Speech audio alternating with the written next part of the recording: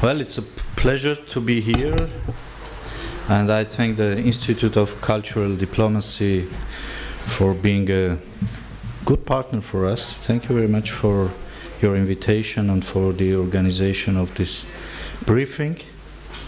Ladies and gentlemen, may I ask who has been present last year when I was here?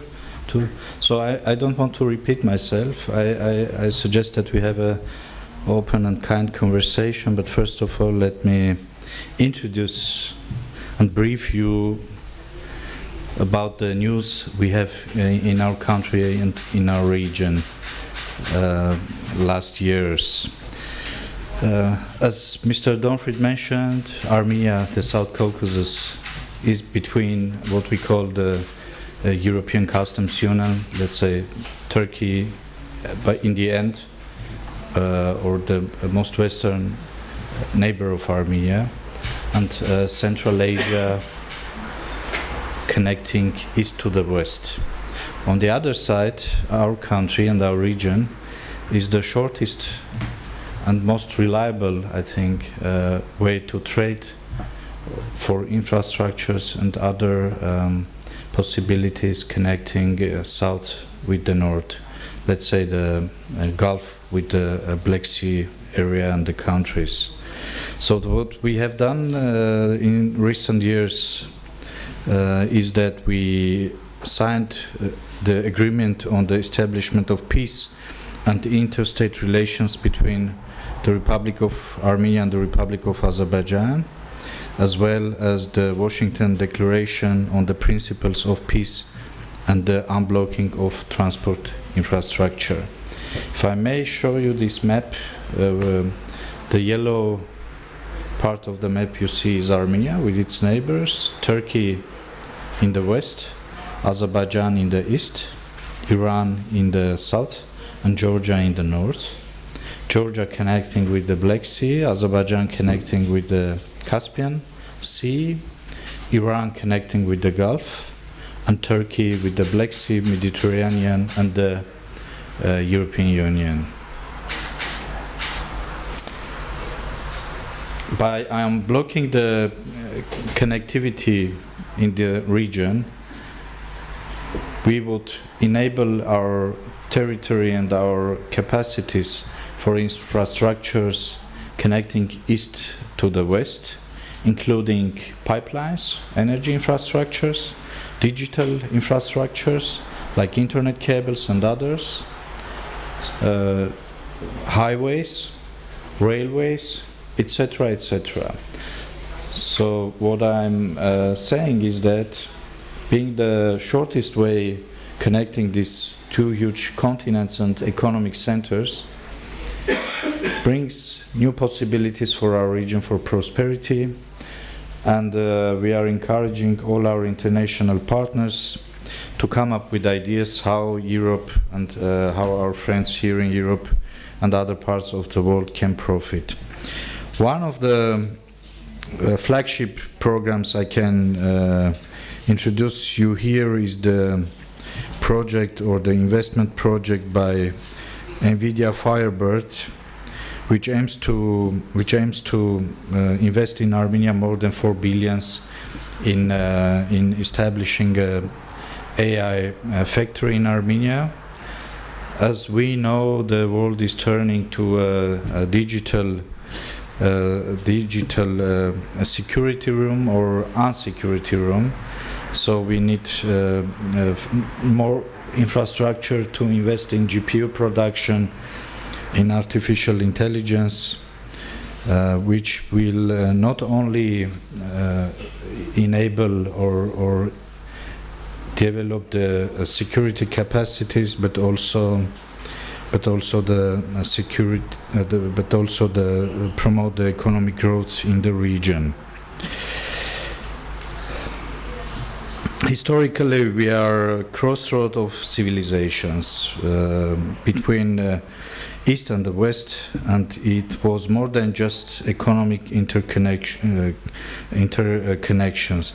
As a historically significant stop along the ancient Silk Road, it served not only as a hub of commerce but also as a bridge between countries. And I hope we can see the historical connections and the modern times. So the types of infrastructures changed, but the role of our country remained crucial. Today, still, we have the historic opportunity to play a strategic role in connecting Europe with Asia, as I mentioned, and Armenia can help promote economic cooperation, cultural exchange, and meaningful people-to-people contacts.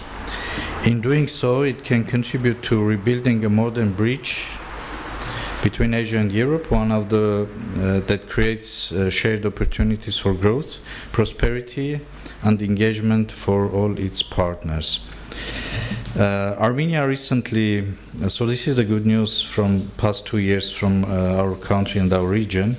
The other good news is that we have signed a strategic cooperation agreement with the European Union and some member states of the European Union, including Germany, which gives us the possibility to cooperate almost in all political fields that you can imagine, starting from security defense and ending with infrastructure development, good governance projects, green transformation, etc., etc.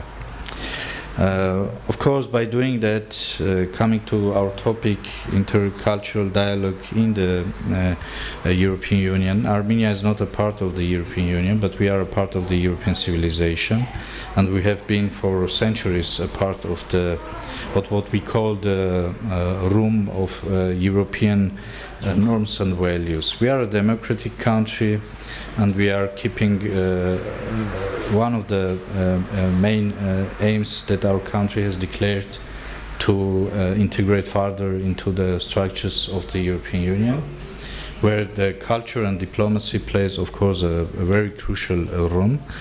Only to mention, we are a member of Council of Europe since 2001, and many other European platforms like educational system like the Bologna process, etc., etc.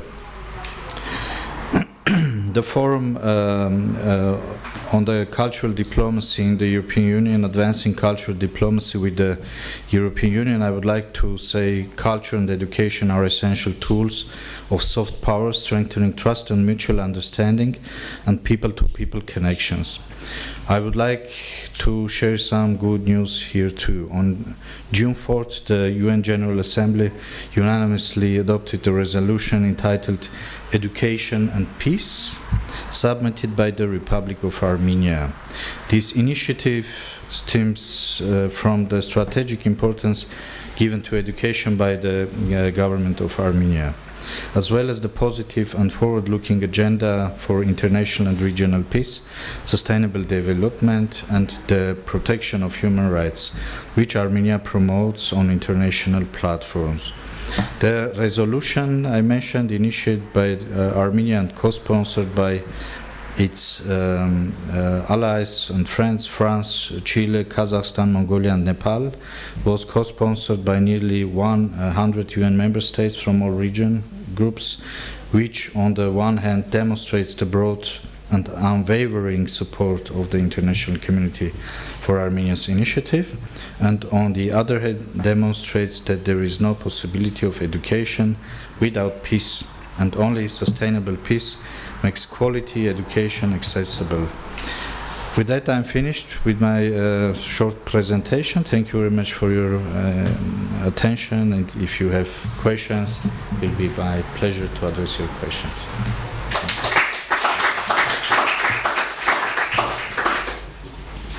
Thank you very much. Thank you very much, Mr. Ambassador. Same procedure. Please introduce yourself, and the ambassador will respond.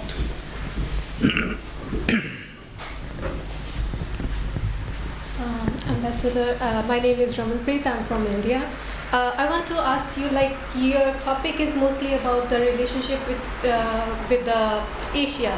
So, on which most important countries you are focusing on at the moment, because you can't cover all the countries at the same time, but which are your most important partner you want to make with, and what will be the areas you want to focus on in business or any other areas? Thank you. Yes, thank you for your question. We have recently signed with China a strategic cooperation agreement as well. I mentioned only the European partners, but we have also a strategic partnership with China, with the United States, and some other states. With India, we have traditionally and historically very positive and good relations. So we are trying to transfer our historic and diplomatic cooperation into regional development projects. Like I mentioned, Armenia is in the center of Europe and Asia, in the middle and the shortest way. So if we take, for example, the connectivity projects Global Gateway, which is going to connect Europe with Central Asia and farther to China and other states, Armenia plays here a huge role, and these historic connections or the Soviet heritage we have, for example, in our cooperation with Central Asia, or our relations with Mongolia and other states, allow us to use, for example, the knowledge of languages, the historic traditions, the diplomacy we have carried out for many centuries, to transform into modern infrastructure, green energy corridors, digital infrastructure, etc. But in general, we feel we are a European nation with our tight connections and diplomatic relations with many Asian friends and countries. Other questions? Hello, good morning everyone. My name is Latif, I'm from Afghanistan. First of all, thank you for your eloquent and insightful speech. So the first thing which I want to add is about Armenia. Whenever I'm asking about Armenia from my friends who are been to Armenia, they always say about Armenian wine. Mm-hmm. It tastes different, it's super, and that's it. So the question, one of the problems about Armenia is about Karabakh region. So specifically, if I ask, what measurements does your government have taken already in terms of cultural diplomacy to solve such issue with Azerbaijan? If you agree with that. Thank you very much. I can confirm what you said. Not only the wine, but the brandy is also. You have very good. You have to try it. Yeah, if I knew, I would bring some bottles with me, maybe next year. When it comes to the regional conflicts, my government has a very clear approach. We are very pragmatic. We know there were some historic difficulties between Armenia and Azerbaijan, but also the historic heritage we have from the times before the Soviet Union. I mean, also the Armenian genocide. But I think heritage this past, but we are going to change the future, because the past is not possible to change, but the future is. So we have made some pragmatic steps with Azerbaijan. As I mentioned, we signed the peace agreement and the agreement on establishing relations between Armenia and Azerbaijan by recognizing internationally accepted territorial integrity of all states in our region, based on Alma-Ati principles of '91, which means that the administrative borders of the Soviet Union became international borders of independent countries. So by this we changed the perception of our region, and I think we are on a very good way. Since 2 years, luckily we don't have any casualties from Armenian side nor from Azerbaijani side. We are in talks. Recently, for instance, there was a visit of the assistant of the president of Azerbaijan in Armenia, which is unprecedented. Normally we met in third countries, but now the prime minister, the deputy prime minister of Azerbaijan came to Armenia, and the assistant of the president. We are attending also forums in Azerbaijan. There is exchange between the civil societies. By this, my short answer to your question is, looking to the future, I think we will have a prosperous and peaceful region with dialogue. And you are right, if we want to keep it for many years to come and even centuries, we have to be also in dialogue and cultural exchange, so that the youth can visit each other, so that the civil societies can visit each other. And the model of these connections would be very close to what we have in the European Union. Good morning, everyone. Thank you so much for your presentation. So I came from your neighborhood, like I'm Iranian, and my question is in terms of the situation right now and before, and I think all of us know that it's not going to be end like really easy and peaceful.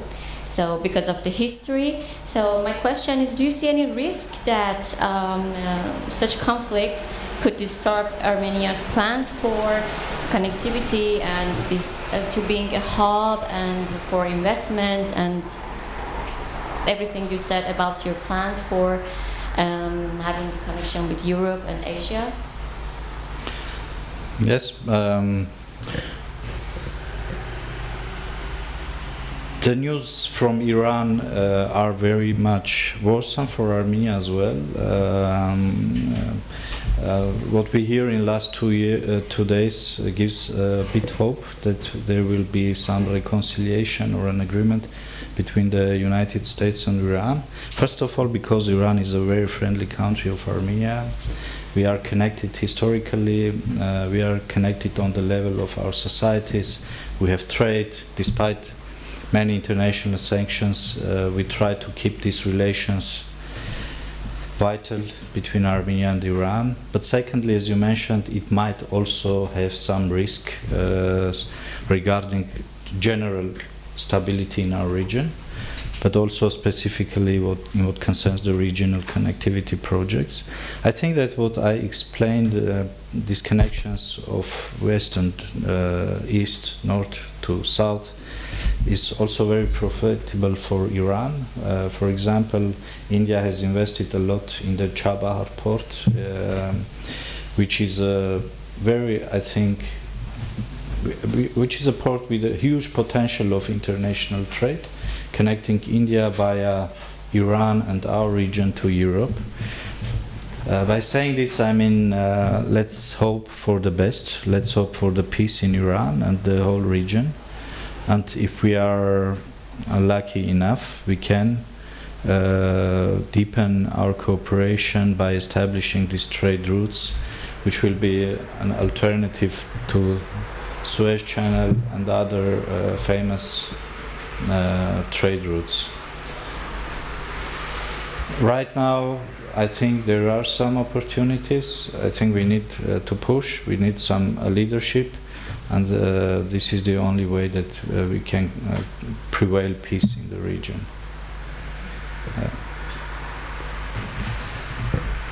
Hi, thank you, Ambassador. I'm an intern here. I come from Spain.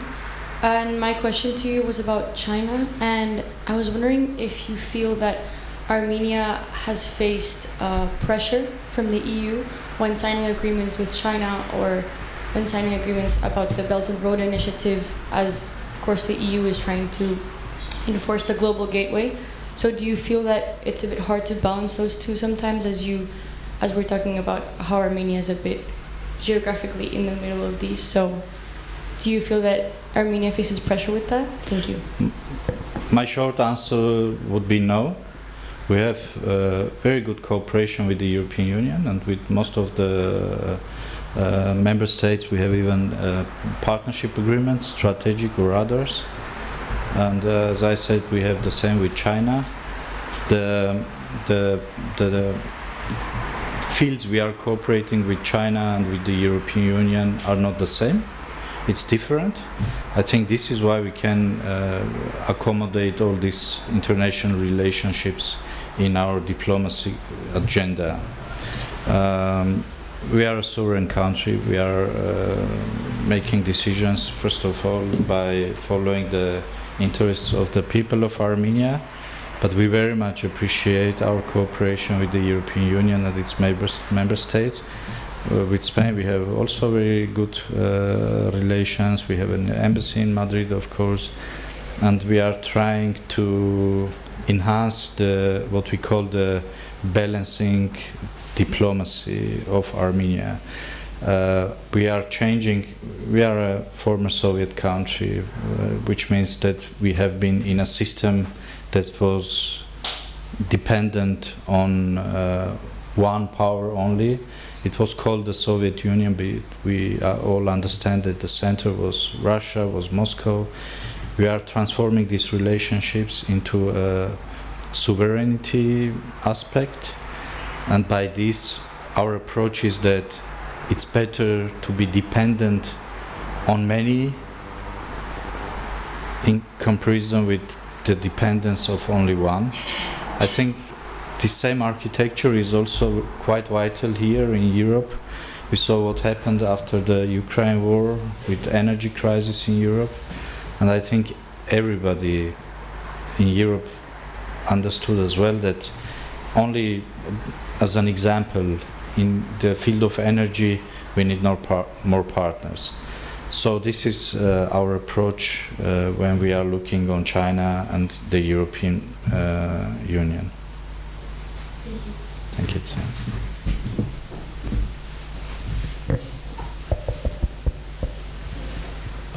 I'm going to keep it very short because I think a lot of people have asked questions already. My question is a little related to the person before me. So I think a decade back, Armenia signed a memorandum of understanding with China regarding the Belt and Road Initiative. However, academics have noted that Armenia's approach to this arrangement has been rather cautious, and it's not as enthusiastic about the construction, of course, and the things that would follow, as other neighboring countries in the region are. Could you explain those apprehensions, if there are any? Armenia is an observer in the Belt and Road Initiative. We are encouraging it, for sure, but we have closed borders until now. Our borders with Turkey is closed, our borders with Azerbaijan is closed, and if you compare the Belt and Road Initiative and the Global Gateway Initiative of the European Union, it's almost the same. Some call it Middle Corridor, some call it Global Gateway, China calls it Belt and Road. I mean, what's the difference? The route is the same, the infrastructures would pass by the same territories.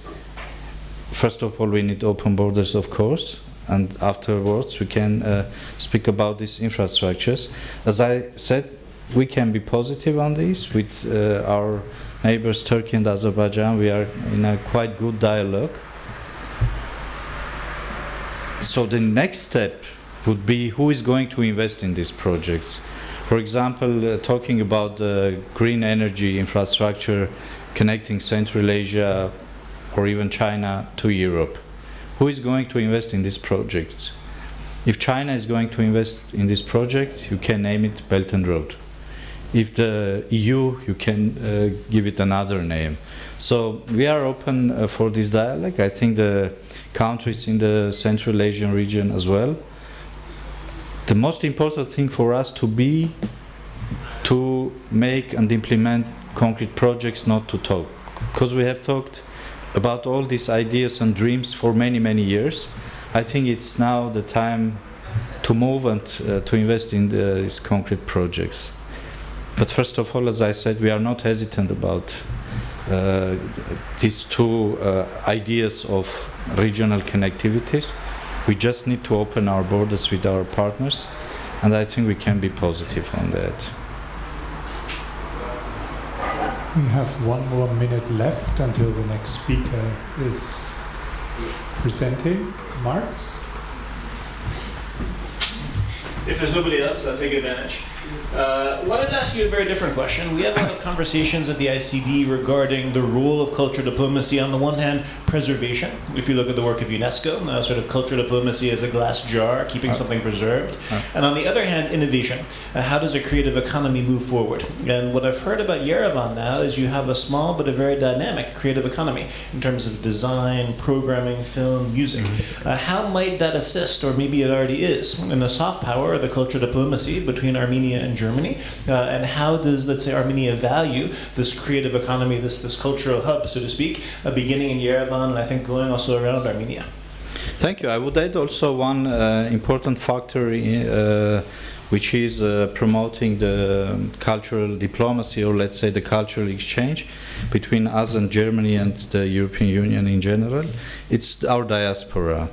We are now observing more than 300 cultural events in Germany, which means 2 or 3 events weekly, organized independently from both of our states. Sometimes we are promoting by financing big music groups to come to Germany or vice versa to go to Armenia. But happily we can say that this cultural element of our cooperation is also developing itself automatically. Second part of your question regarding the preservation and the cultural heritage we have on the ground in Armenia. We have the most tourists coming to Armenia from the European Union, from Germany. And the numbers are going high.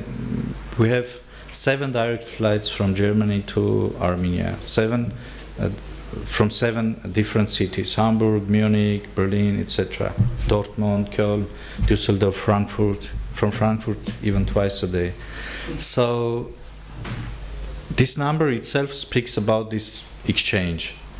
And of course, you live in Germany, you know the culture here, people are appreciating theology, people are appreciating history, literature. And Armenia, you know, whenever we want to invest in a project in Armenia, for example, for a highway, we discover there is something in the land, on the ground, which needs to be preserved from the historic point of view. It creates a lot of difficulties. On the other side, it's of course a wisdom. And also, maybe one last example about the communication between our countries. The Museum Island of Berlin is first time in history exhibiting its heritage outside the Museum Island, and it will be in Armenia in September. After 200 years, Museum Island of Berlin is exhibiting first time outside Berlin walls. I mean, not the Berlin Wall, but the walls of the museum, and it will be the exhibition in Armenia, which makes us very proud. And this is cultural diplomacy in life. Thank you. Thank you very much. Let's express our sincere gratitude.